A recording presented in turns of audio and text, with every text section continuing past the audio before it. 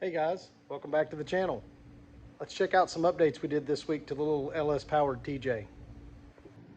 All right, first and foremost, you're going to notice that it has no legs. Lieutenant Dan, you don't have no legs.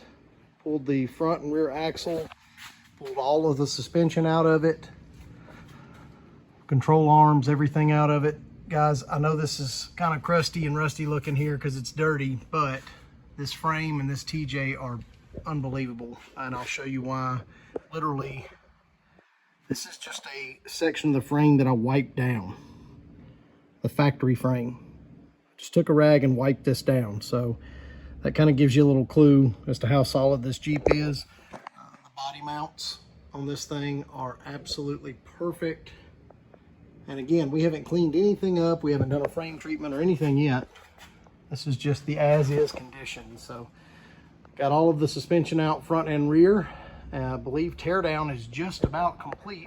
Now we'll start with adding on some new parts. All right, for the first part we're going to talk about is that Ford 8.8 axle. I actually went to Barnes 4x4 and got this full weldable truss system that actually converts it from a leaf spring style to the TJ platform, which is, you know, control arms and coil springs. Spent some time this week cleaning and prepping the axle. Wanted to really, take my time and get this thing welded in nice and slow. Through all of this, there will be a note that I'm not a professional welder. I do not get paid by the hour to weld, but I've put several of these things on. I've done a lot of frame welding and repair, years of experience. Again, not perfect. Not going to be in a TikTok video demanding how much I get per hour, but this thing really welded on solid. It's a great system. It's modular in the fact that the way that it's designed, all the pieces interlock. And even like, for instance, this lower control arm, when you weld it on, when you mock it up, it's supposed to butt right up to the upper, which automatically locates the lower control arm off the upper. I did go ahead and pre-dial 10 degrees of pinion angle into the truss. There's a system where you put a level on top of there, and then you put a degree angle finder on this, on the face of the yoke, and I put about 10 degrees in it. Also, I will note that I've got some adjustable control arms coming from Rough Country, upper and lowers, so I will be able to further dial in the pinion angle. But like we've talked before, this axle is going to allow me to have disc brakes on the rear. Of course, it's going to get new drums, pads, and all that stuff. And then obviously once it's in the Jeep and we determine, probably here because of being lowered, but when we determine what our track bar hole is, then we'll cut the rest of that bracket off and get rid of the excess. I've got the little 8.8 dressed.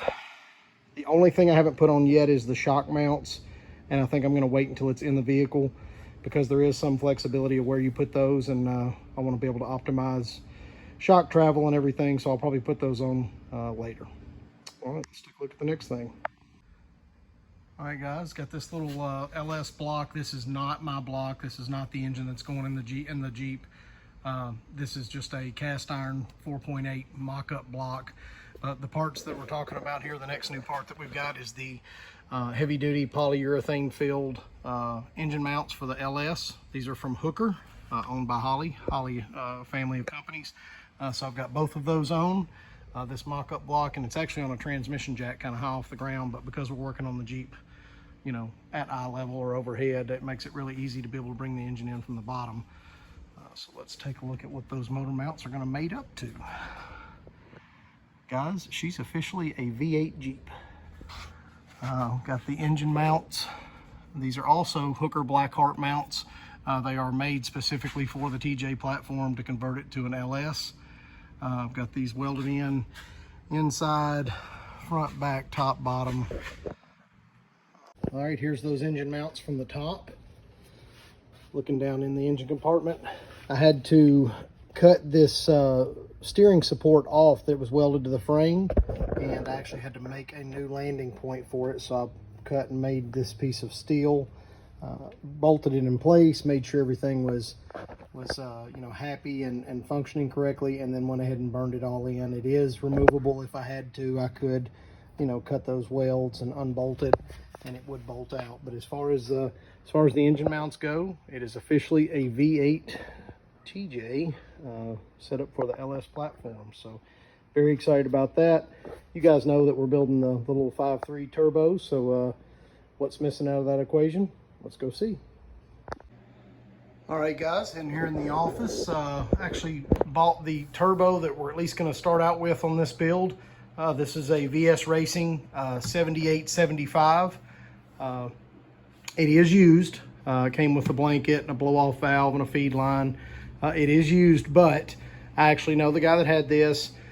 He bought it brand new. They ran it on a dyno and tuned it in and was getting ready to put it in the truck, and then made a change to decide to go to a bigger turbo for some other changes. So this thing has, you know, not even hours on it. It's very, very little runtime.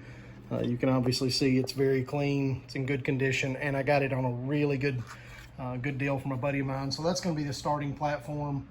You know, we obviously may upgrade down the road to maybe a ball bearing turbo or a precision, but at least for the starting point of this project, we now officially have a turbo for the Jeep. Well, guys, to finish up, we're very pleased with what we got done this week on the little LSTJ. We are a full-time working shop, so we definitely work on these on the off hours and you know, on our own time. Did get all the stock suspension stripped out of it. Got those factory Dana 30-35 410 ratio axles out. Actually met a guy on Marketplace and was able to sell those, so I was able to recoup a little bit of that money and dump it back into this project. We did get the rough country control arms ordered, so they'll be here first of the week. So we'll have all new upper and lower adjustable control arms, although meant for a four-wheel drive platform.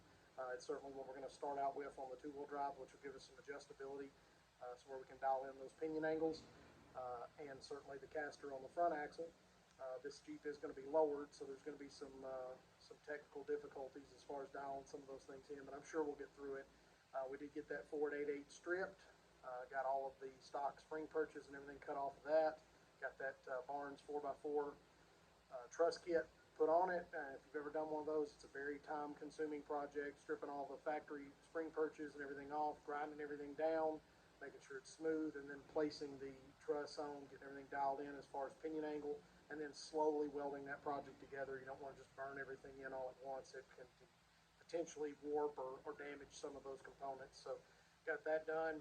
Got the frame factory motor mounts completely cut off of this and trimmed away, and got those new Hooker Blackheart conversion TJLS motor mounts welded in. We're going to let everything cool off there. We'll go back and wire brush, inspect for you know, deep penetration on all the welds, and then once we get that done, this week we'll probably work on getting the frame itself actually cleaned up inside and out. We'll do what we call a frame treatment, where we actually wire brush, and we use air pressure, then we go back and inspect, wipe down, do a chemical wipe down on the entire frame, and then put a couple of good heavy coats of undercoating semi-gloss black. So that way, where the frame can be prepped, we'll probably clean and paint the firewall and the inner fenders. And then at this point, it's time for assembly. It's where all the good new parts start going on. So we really appreciate you guys tuning in for this project. Make sure and check out our updates every day on the work we do here at the shop at Richter's Off-Road Performance on Facebook.com. It's Richter's Off-Road on TikTok, and here on YouTube, Jeeps by Richter. So we will appreciate the update, and we'll see you guys next week. Thanks.